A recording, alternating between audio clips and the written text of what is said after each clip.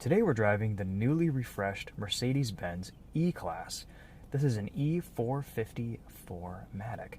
Starting price on this is around $62,000. As tested, we're about 76 grand with some options. So we've got a pretty nicely spec'd E-Class here. This has an all-new 3-liter turbo inline 6 that's mated to a 9-speed automatic transmission.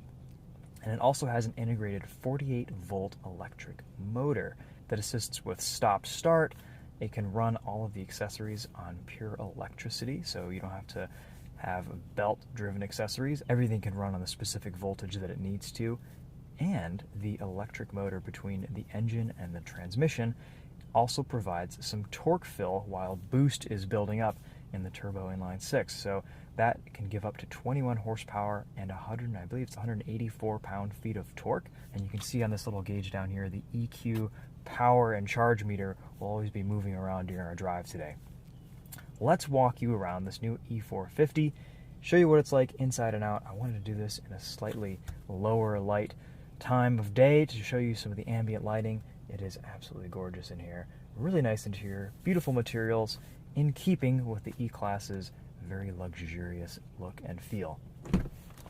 We have a slightly refreshed interior, a new infotainment with the latest MBUX system, some changes to the exterior. This has the AMG wheels, which I think look quite sharp. This front end looks very nice. I mean, Mercedes has gone with a little bit more of a conservative, timeless design with this E-Class. And I like that. I think it looks really nice. It's very understated.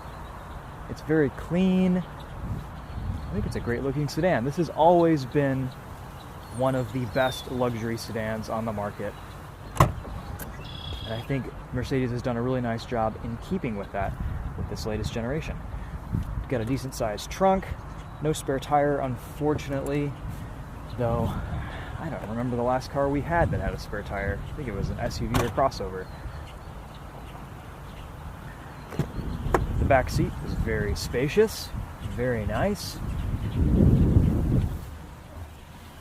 Seated behind myself at 5'10", I have a decent amount of legroom, lots of knee space, not as much room underneath the front seat to put my feet as I would like.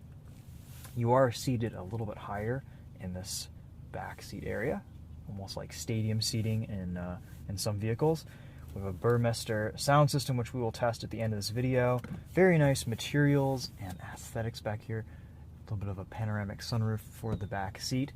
It's a little bit Spartan otherwise. I don't see a USB port. I do see just a cigarette lighter, charger, and an ashtray. You've got a couple of climate control vents, but no real actual rear seat climate control in this car, at least. Neat cup holder integrations there. And a little bit of storage right here. Still, again, no USB ports back here.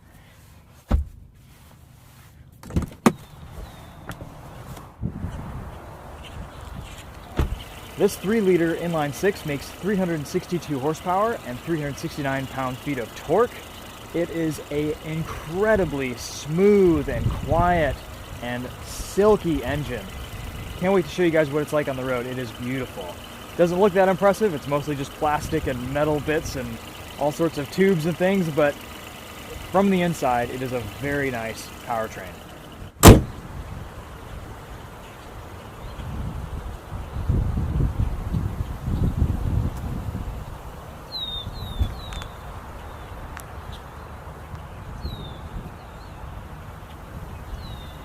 Let's hop inside and show you around the interior. So very classic Mercedes design language from what they've been doing the last few years. We've got this updated MBUX system, lots of screens, a lot of menus, a lot of adjustability and customization. The trade-off with that is that it is a pretty complex and in-depth system to use. Gone is the scroll knob, which I actually miss. This touch pad is pretty well made and well calibrated, but still, when you're moving, when you're actually driving this car and things are moving around and jostling in the cabin and you're moving around, it is difficult to accurately select what you want to, which is kind of unfortunate. Same goes with the touch controls on the steering wheel.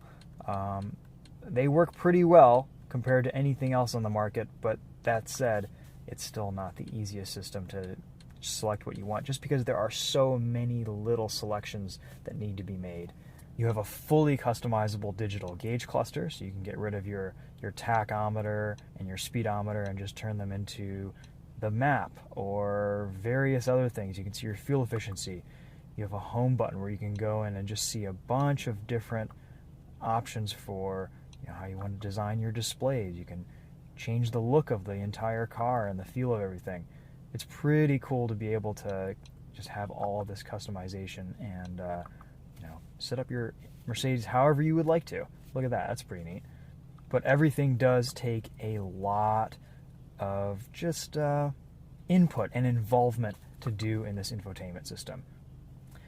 This new steering wheel design is interesting. They've changed some of the buttons and the shape of everything. There's the horn. We should start doing horn tests every video. I'm going to make that a thing.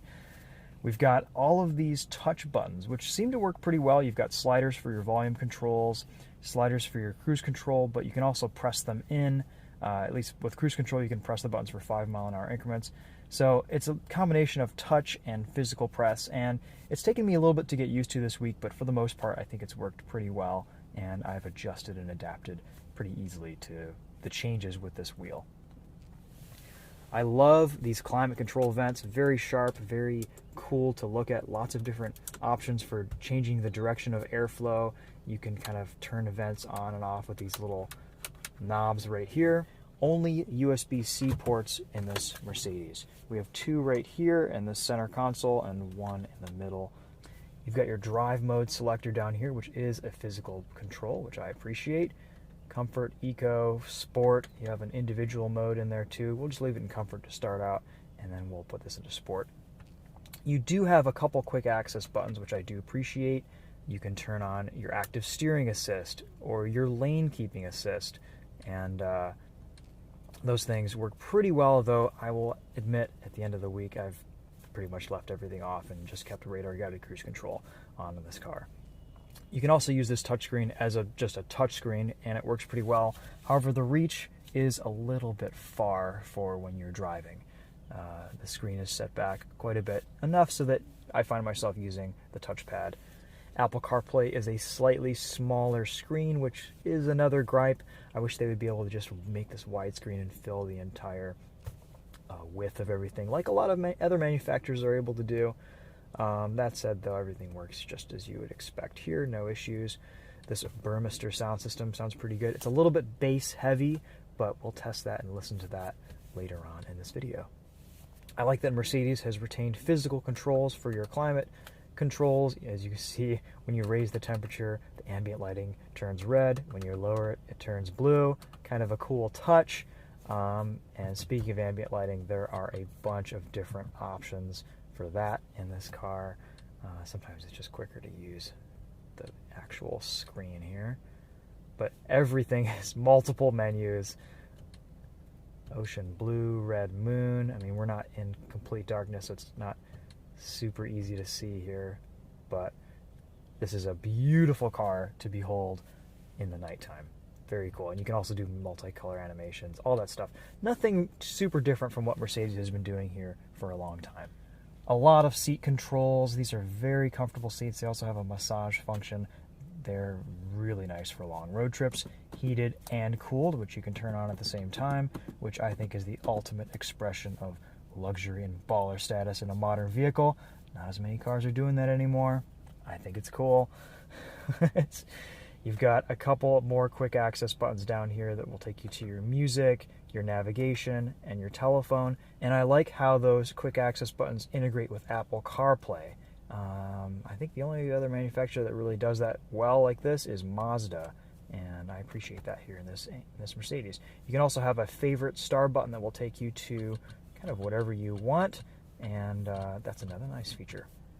We have a really nice reverse camera, very high res, very easy to see what's around you, a beautiful 360 display that shows you where your car's path is going, and of course you can see lots of different options there with the camera. This also, I think, has some form of augmented reality with navigation. I haven't used it yet this week. The forward-facing cameras, everything is nice and high resolution with great colors, nice nighttime visibility. It's a good camera system. This E450 is rated for 26 miles to the gallon combined, and it has a very impressive fuel range. I don't know exactly how long you can go on a tank, but I think it's on the order of around 600 miles or so, maybe a little bit less. It's pretty good though. We're just above half a tank and we have 336 miles till empty. We found this to be a pretty efficient car this week. We've averaged 29 miles to the gallon according to the readout and 519 miles of mixed driving. So pretty efficient with this Mercedes EQ and the inline six. Let's take this thing for a drive and see what it's like on the road.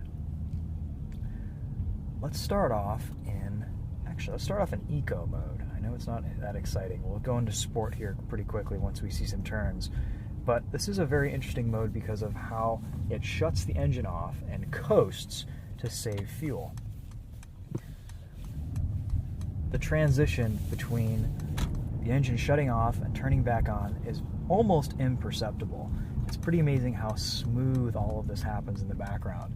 The level of engineering and complexity here with this engine and hybrid system must be pretty advanced, and Mercedes has done a really nice job just making it work in the background and be completely unnoticeable. So if I let off the gas here, everything will just shut off, and it'll kind of need to turn on sometimes to charge the system depending on where you are in your state of charge. But for now, while we've got some corners, let's enjoy Sport Plus mode and open up this 3-liter inline six. I'm so glad that manufacturers are bringing back inline sixes into their lineup. We have paddle shifters. For not necessarily being a performance product, the handling here is excellent. Suspension stiffens up a lot in the sportier driving modes.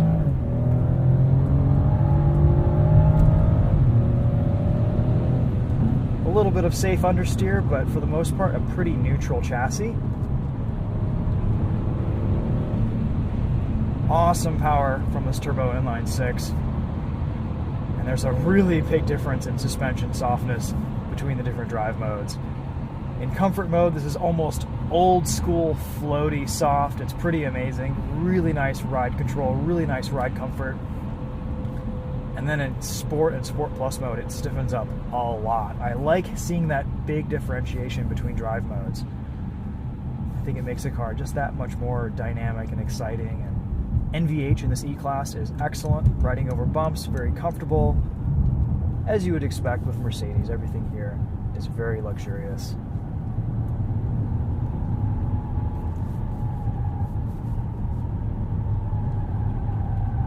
A little bit of tire squeal. These are not the grippiest tires, definitely more eco-focused. I'm not a fan of these run-flat tires. They make more noise over bumps than they should, and they reduce the car's performance quite a bit.